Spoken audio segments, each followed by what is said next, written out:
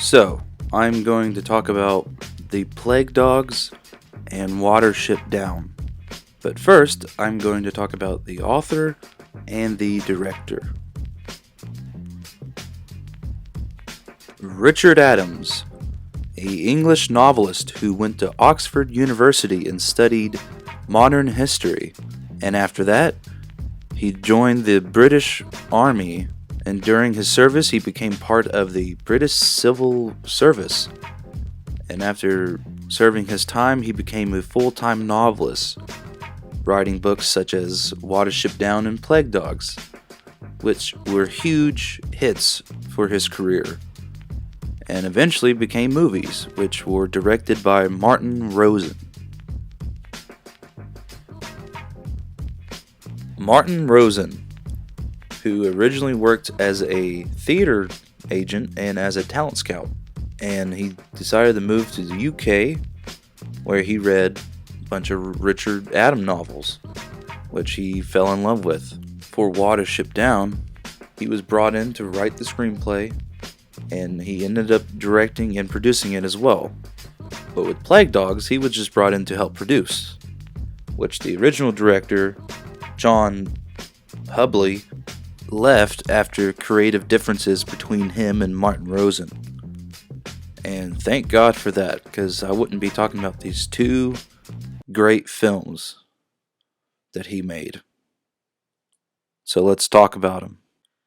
Let's talk about Watership Down.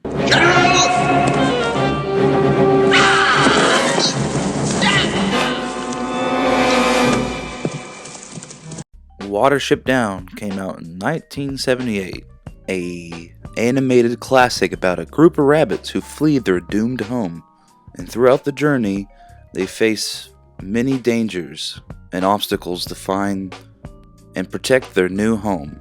The story is pretty simple, but in its simplicity is where this movie shines. The animation, the voice acting, the way each of these situations carry out throughout the film, it's just incredible.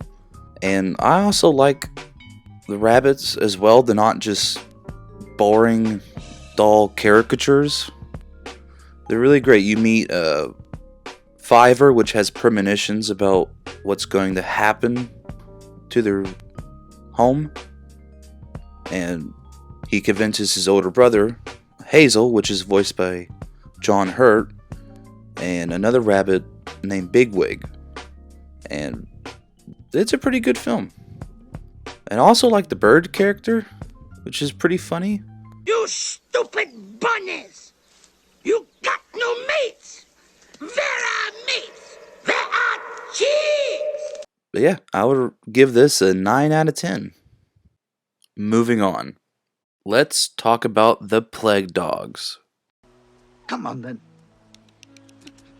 Oh, yes, that's it. Come on, boy. Come on. That's a good fella. Come on, up we go.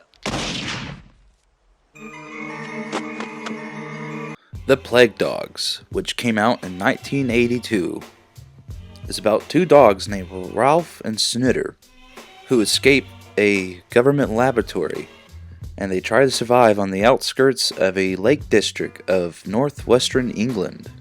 And they befriend a fox named Todd.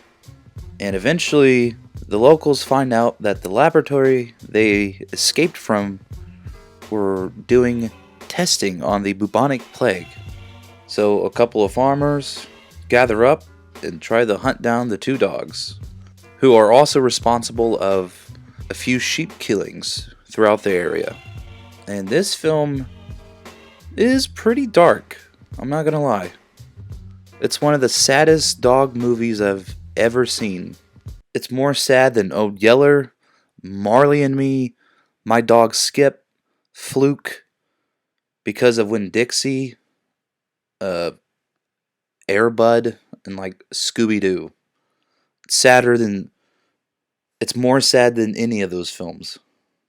But Ralph and Snitter are fantastic characters, because Ralph starts off as being the unhopeful one, the one that doesn't think they're going to make it throughout this journey, and Snitter, which is voiced by John Hurt, Small World, he is the optimistic one, the one that previously had a master and wants to be optimistic throughout this whole thing.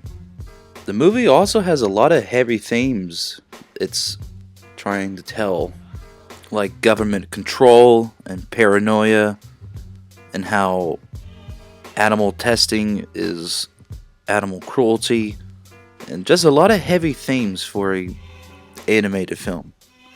And every single time I watch this film, it makes me cry.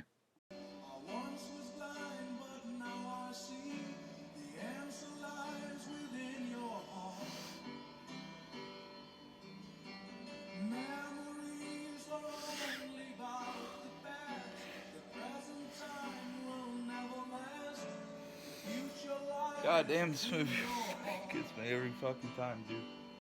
But yeah, I would give this a 10 out of 10. So go watch them both.